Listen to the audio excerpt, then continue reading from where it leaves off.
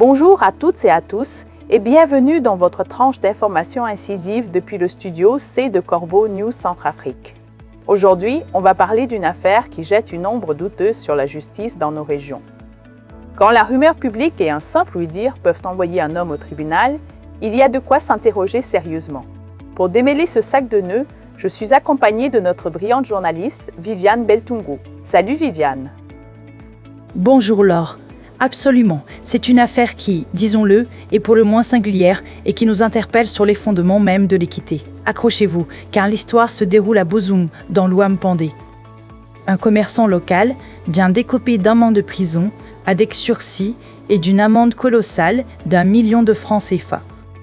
Et le plus étonnant, c'est que son implication dans un vol de cabri repose uniquement sur les dires d'un voleur et, tenez-vous bien, sur des informations floues concernant ses activités habituelles. 1 million de francs CFA, Viviane, pour un cabri, et sans preuve solide, si je comprends bien. C'est une somme absolument faramineuse pour la Centrafrique. Comment une telle histoire a-t-elle bien pu commencer? C'est une excellente question, Laure. Tout débute un certain 2 août 2026 à Bozoum. Un jeune homme, on l'appelle le voleur, s'introduit dans une concession familiale où 2 cabris sont attachés. Il réussit à en détacher un, l'emmène près de l'école préfectorale de Bozoum, le tue, le découpe. Il revient ensuite chercher le 2e animal. Mais là, le propriétaire le surprend en pleine action. Course-poursuite, le voleur est attrapé et conduit à la gendarmerie. Classique, le flagrant délit. Mais qu'est-il advenu de ce premier cabri découpé? Les gendarmes ont-ils mené une enquête de choc pour le retrouver? Ils ont effectivement interrogé le jeune voleur à la brigade de recherche. Il finit par leur indiquer l'endroit où il avait déposé le premier cabri. Les gendarmes se rendent donc près de l'école préfectorale et là, ils retrouvent les restes de la bête déjà préparée. Ils ramènent les morceaux à la brigade. Mais là, Laure, il y a un détail qui, je pense, va vous faire sourciller. Les gendarmes eux-mêmes se sont partagés les morceaux du cabri pour le repas de leur propre famille. Pardon, Viviane, vous êtes sérieuse là?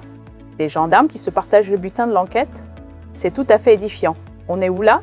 Dans une boucherie ou une brigade de gendarmerie? C'est exactement ça, Laure. Pendant ce temps, l'enquête se poursuit autour du jeune voleur.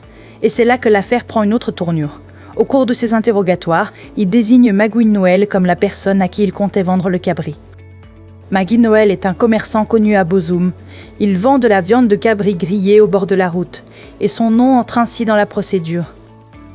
Magui Noël, c'est un prénom bien choisi pour cette affaire. Viviane, donc ce commerçant est convoqué. Qu'est-ce qu'il répond face à ces accusations? Magui Noël est convoqué à la brigade de recherche. Il s'y rend le lendemain et nie toute implication. Il dit ne rien savoir de cette affaire et n'avoir jamais acheté ce cabri volé. Mais les enquêteurs ne lâchent rien et maintiennent leurs soupçons, poursuivant les interrogatoires. Lors, il faut savoir que ce commerçant souffre de problèmes de santé assez graves, asthme, hypertension, diabète. Face à la perspective d'une détention, sa famille réunit 100 000 francs CFA qui sont remis aux gendarmes. Magui Noël est libéré. Attendez, Viviane.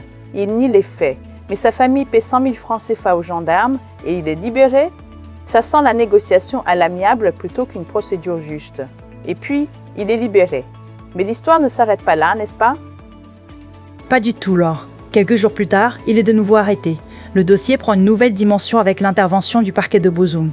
Le procureur, cette fois, le présente comme un receleur potentiel, devant être poursuivi aux côtés du voleur. Pour lui, il est inconcevable d'incarcérer le voleur et de laisser le receleur en liberté. Mais M. Magui Noël, lui, reste droit dans ses bottes. Il maintient qu'il n'a aucun lien avec le vol. Il précise même que le propriétaire des cabris est son cousin, le fils de sa grande sœur. Il n'aurait donc aucun intérêt à participer au vol de ses propres animaux. Et quand, aux 100 000 francs CFA, il explique que c'était par pure crainte pour sa santé en cas de détention, et non une reconnaissance de culpabilité. Un cousin, carrément. Ça complique un peu l'histoire de la vente à un receleur. Et donc, il se retrouve devant le tribunal. La famille a-t-elle encore dû mettre la main à la poche? Oui, Laure, par crainte d'être maintenu en prison, Magui Noël demande à sa famille de réunir une nouvelle somme pour le procureur afin d'obtenir sa libération. La famille rassemble 200 000 francs CFA supplémentaires. Mais malgré cette somme remise, M. Noël n'est toujours pas libéré. Il passe finalement en procès. Lors de l'audience, le ministère public maintient qu'il est un receleur et requiert 1 an de prison ferme et 200 000 francs CFA d'amende. C'est absolument délirant, Viviane. Les sommes s'accumulent, il n'est pas libéré malgré les paiements et le procureur persiste. Sur quoi se base-t-il s'il n'y a pas de preuves matérielles? Et c'est là qu'on touche au cœur du problème, l'or. Un élément particulièrement étonnant apparaît dans les débats, le commerçant est présenté comme une personne dont le nom revient régulièrement dans des informations faisant état d'achat de cabris volés. On lui aurait notamment dit que les autorités auraient beaucoup entendu parler de lui et qu'il achèterait fréquemment des cabris provenant de vols. Beaucoup entendu parler de lui, c'est ce qu'on appelle la rumeur publique, ni plus ni moins. C'est ce que vous nous disiez en introduction, Viviane. On juge un homme sur des on-dit, c'est tout à fait effarant. C'est exactement ça alors. Le problème que pose cette affirmation est immédiat. Entendre parler d'une personne ou recevoir des informations sur ses activités ne constitue absolument pas en soi la preuve qu'elle a acheté le cabri faisant l'objet du procès. Dans cette affaire, le jeune voleur l'a désigné comme un acheteur potentiel. Le commerçant, lui, a toujours nié avoir acheté l'animal ou participé au vol. La question centrale devient donc celle des éléments matériels permettant d'établir le recel. Et ces éléments sont, à ce stade, inexistants. Inexistant, vous l'avez dit, Viviane. Alors, quelle a été la décision finale du tribunal sans ces preuves matérielles? Le délibéré est tombé le vendredi 14 août 2026. Le tribunal de Bozoum a condamné Maggie Noël à 1 an d'emprisonnement avec sursis et 1 million de francs CFA d'amende. Il n'a donc pas été incarcéré à l'issue de cette décision. Il a été libéré. 1 an avec sursis et 1 million. C'est tout de même une condamnation lourde pour une affaire qui, visiblement, repose sur des bases fragiles. La justice a-t-elle fait son travail de recherche de preuves, selon vous, Viviane? L'affaire de Maggie Noël est très différente de celle du jeune voleur.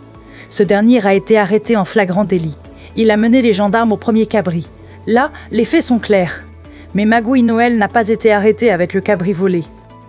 Il n'a pas été surpris en train de l'acheter. Il n'a pas non plus été retrouvé en possession des restes de l'animal. Son nom apparaît dans le dossier uniquement à la suite de la déclaration du jeune voleur, qui affirme avoir voulu lui vendre le cabri, et ensuite à travers ces fameuses informations selon lesquelles le commerçant achèterait régulièrement des cabris volés. C'est une distinction cruciale, Viviane. Et cela nous ramène à la question fondamentale que vous souleviez au début de cette chronique. Précisément, l'or. L'affaire de Bozoum pose une question essentielle sur le fonctionnement de la justice. Une condamnation pénale doit-elle pouvoir reposer uniquement sur ce que l'on entend dire d'une personne? La justice ne peut pas fonctionner uniquement à partir de soupçons, de réputation ou de rumeurs. Une accusation doit être confrontée à des éléments précis permettant d'établir la réalité des faits reprochés. Dans le dossier de Maggie Noël, le tribunal a rendu sa décision et le commerçant a été condamné. Certes, une décision judiciaire doit être respectée, mais elle peut et doit être examinée à partir des éléments qui ont servi à établir sa responsabilité. C'est une leçon importante que nous donne cette histoire, Viviane. La prudence est de mise quand il s'agit de la liberté d'un citoyen. Absolument, Laure. Dire qu'un commerçant vend de la viande de cabri ne démontre pas qu'il achète des animaux volés.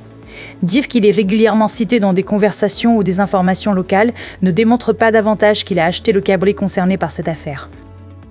Le fait qu'un voleur désigne une personne comme acheteur potentiel constitue un élément d'enquête, oui, mais il doit encore être vérifié et confronté à d'autres preuves. C'est précisément là que se trouve l'enjeu de cette affaire de Bozoum. La justice se doit de rechercher des preuves, d'établir les faits et de distinguer ce qui est démontré de ce qui relève du simple soupçon ou de la rumeur.